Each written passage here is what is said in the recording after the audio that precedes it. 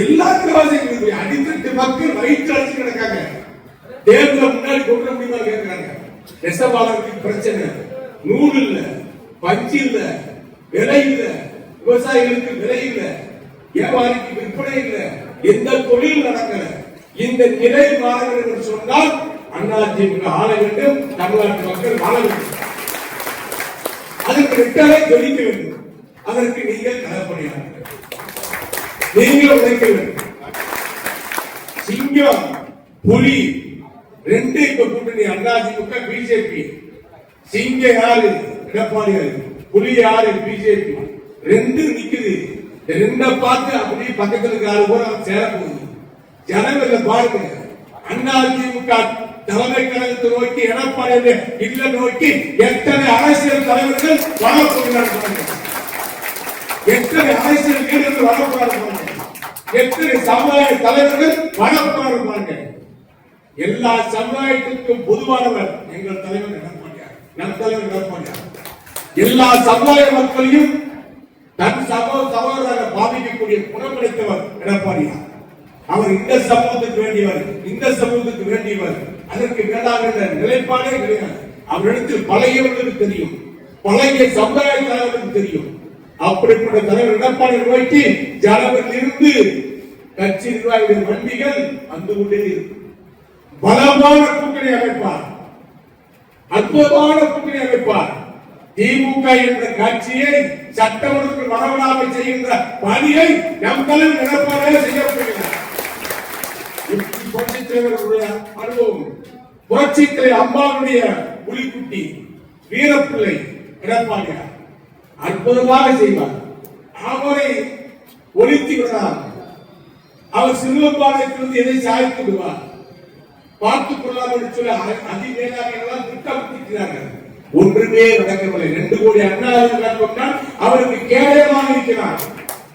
அதிமுக பொறுப்பாளர்கள் உங்களை போல் வாக்குச்சாவடி முகவர்கள், கிளைக்கழக செயலாளர்கள், வார்டு கழக செயலாளர்கள், பொறுப்பாளர்கள் அவருக்கு அண்ணாக இருக்கிற காரணத்தால் திமுகவை எதிர்ப்பதற்கு சரியான தலைவர் எடப்பாடியார் என்று நாடு நம்புகிறது, நாடு நம்புகிறது.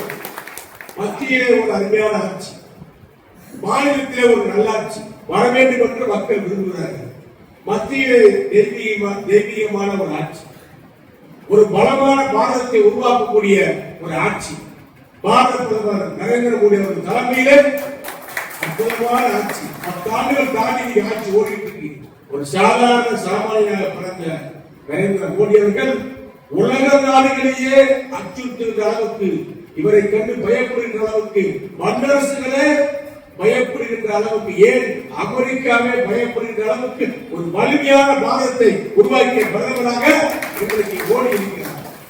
ஆகவே தான் தோல்வியை ஒப்புக்கொள்வதற்கு பின்பாக திமுக நாங்கள் தோற்கவில்லை, வாக்காளருடைய சிறப்பு சீர்திருத்த பணியினால் நாங்கள் தோற்கடிக்கப்பட்டோம் என்ற ஒரு பொய்யான காரணத்தை சொல்வதற்காக இன்றைக்கு காரணத்தை எஸ்ஐஆர் மிகப்பெரிய காரணமாக திமுக கண்டுபிடித்து வைத்திருக்கிறது. அவர்கள் காரணம் வேண்டும், அவர்களுக்கு தோற்றத்தை ஒப்புக்கொள்ளவே மாட்டார்கள். அதிமுக வெற்றி பெறப் போகிறது என்று முடிவாகிவிட்டது. திமுக அமைச்சர்கள் மத்தியிலேயே ஒரு கலக்கம் வந்து விட்டது. திமுக கட்சிக்காரர்கள் மத்தியிலே ஒரு சோர்வு வந்து விட்டது.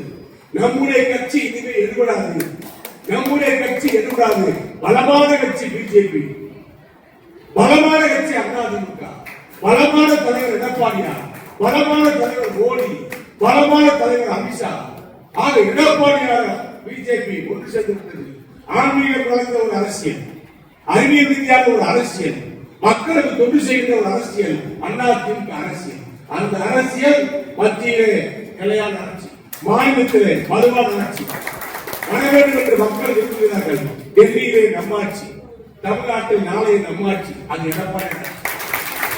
பிளே ஸ்டோர் மற்றும் ஆப் ஸ்டோரில் இருந்து பாலிமர் செயலியை QR கோடு மூலம் பதிவிறக்கம் செய்யுங்கள். செய்திகளை உடனுக்குடன் பெறுங்கள்.